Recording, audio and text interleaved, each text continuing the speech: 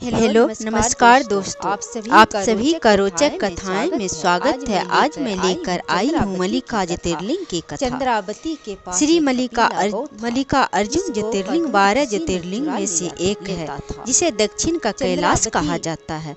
यह ज्योतिर्लिंग आंध्र प्रदेश के कर्नूल जिले में श्री शैल पर्वत पर स्थित है। यह क्षेत्र कदली, बेलू एवं पर्वत श्रृंखलाओं से परिपूर्ण है। पास ही में पातालगंगा कृष्णा नदी है। इस ज्योतिर्लिंग के महात्म्य के बारे में शिव पुराण में कहा गया है कि श्री शैल पर्वत पर मल्लिकेश्वर नाम का द्वितीय ज्योतिर्लिंग है। ये भगवान शिव के अवतार हैं। इनके दर्शन पूजन से भक्तों को अभिष्ट फल की प्राप्ति होता है। सकंद ने जब शंकर जी की प्रार्थना की, तब वे अत्यंत प्रेम से कैलाश छोड़कर लिंग रूप में पुत्र को देखने की इच्छा से वहां पधारे थे। यह दूसरा ज्योतिर्लिंग दर्शन पूजन आदि से बहुत सुख देता है और अंत में मोक्ष भी प्रदान करता है, इसमें कोई संदेह नहीं है। श्री मल्लिका अर्जुन ज्योतिर्लिंग के संदर्भ में एक बहुत ही रोचक कथा है। एक बार गणेश जी और कार्तिकेय जी में यह विवाद प्रारंभ हो गया कि पहले विवाह किसका हो। दोनों भाई आपस में झगड़ने लगे। दोनों शिव पार्वती के पास पहुँचे। दोनों की बात सुनकर भगवान शिव और माता पार्वती मुस्कुराने लगे। अंत में यह फैसला हुआ कि जो इस धरती की परिक्रमा करके पहले पूरी कर लेगा, उसका विवाह पहले होगा। यह सुनकर कार्तिकेय बड़े ही प्रसन्न हुए। उन्होंने मन ही मन में सोचा कि मेरे सवारी मोर है और मैं गणेश की चूहा जो धीमी चाल से चलने वाला है। हमारा मोर तेज गति से पृथ्वी की परिक्रमा कर लेगा, फिर मेरा विवाह गणेश से पहले हो जाएगा। वे तत्काल मोर पर चढ़कर पृथ्वी की परिक्रमा करने के लिए निकल पड़े। इधर गणेश जी उधेड़ वन में फंस गए। वे सोचने लगे कि मैं पृथ्वी की परिक्रमा कैसे पूरा करूंगा। एक तो मेरा शरीर स्थूल है और दूसरी बात मेरा वाहन चूहा है, जो पृथ्वी की परिक्रमा करने में सक्षम नहीं है।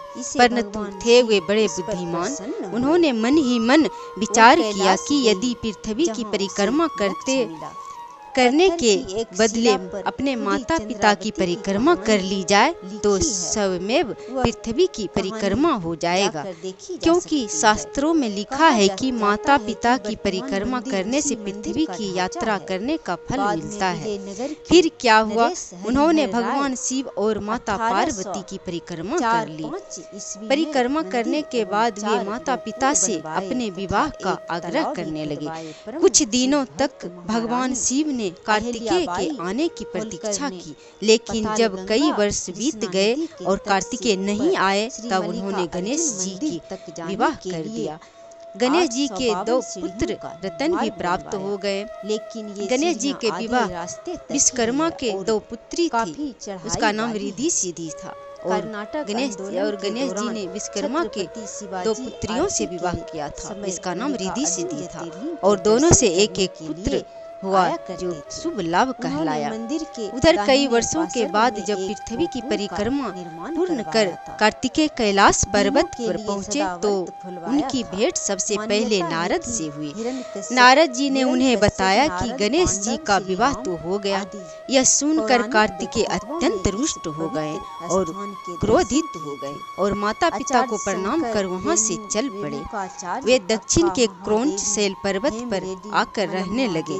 पुत्र के रूठ कर चले जाने से माता पिता बहुत दुखी हुआ और कार्तिकेय को मनाने के लिए माता ने पार्वती ने चल पड़ी। भगवान शिव भी उसके साथ चल पड़े। भगवान शिव और माता पार्वती की श्री शैल पर्वत पर पहुंचते ही कार्तिकेय वहां से 3 योजन दूर कुमार पर्वत पर चले गए।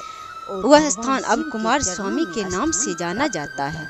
भगवान शिव और माता पार्वती वहीं क्रौंच श्री शैल पर्वत पर स्थित हो गए। यहाँ शिव जी का नाम अर्जुन था, पार्वती का नाम मल्लिका है। कहा जाता है कि कार्तिकेय ने माता पिता का पूजन मल्लिका पुष्पों से किया था। इसी कारण इस मल्लिका अर्जुन का नाम ज्योतिर्लिंग का नाम मल्लिका अर्जुन पड़ा। मल्लिका अर्जुन पड़ा।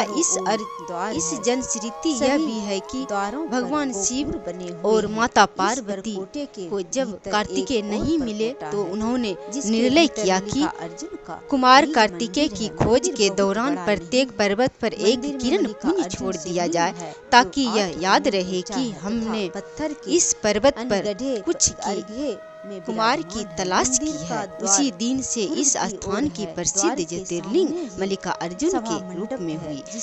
यह विश्वास किया जाता है कि भगवान शिव और पार्वती प्रत्येक अमावस्या और पूर्णिमा के दिन यहाँ दर्शन देने के लिए आते हैं। यह भी भगवान शिव अम्बुबासी मेले के समय यहाँ अवश्य आते हैं, जो जून महीने में पड़ता है। उसी दिन कामाख्या मंदिर गुवाहाटी में असम में भी भारी मेले का आयोजन होता है। माँ पार्वती यहाँ हर पूर्णिमा पर निवास करती है। इस ज्योतिर्लिंग के दर्शन करने से भक्त न सिर्फ धन धान से परिपूर्ण होते हैं, बल्कि उनकी समस्त इच्छाएं भी पूर्ण होती है और उनका नाम एवं यश चारों ओर फैल जाता है। मल्लिका अर्जुन ज्योतिर्लिंग 12 ज्योतिर्लिंगों में से एक है।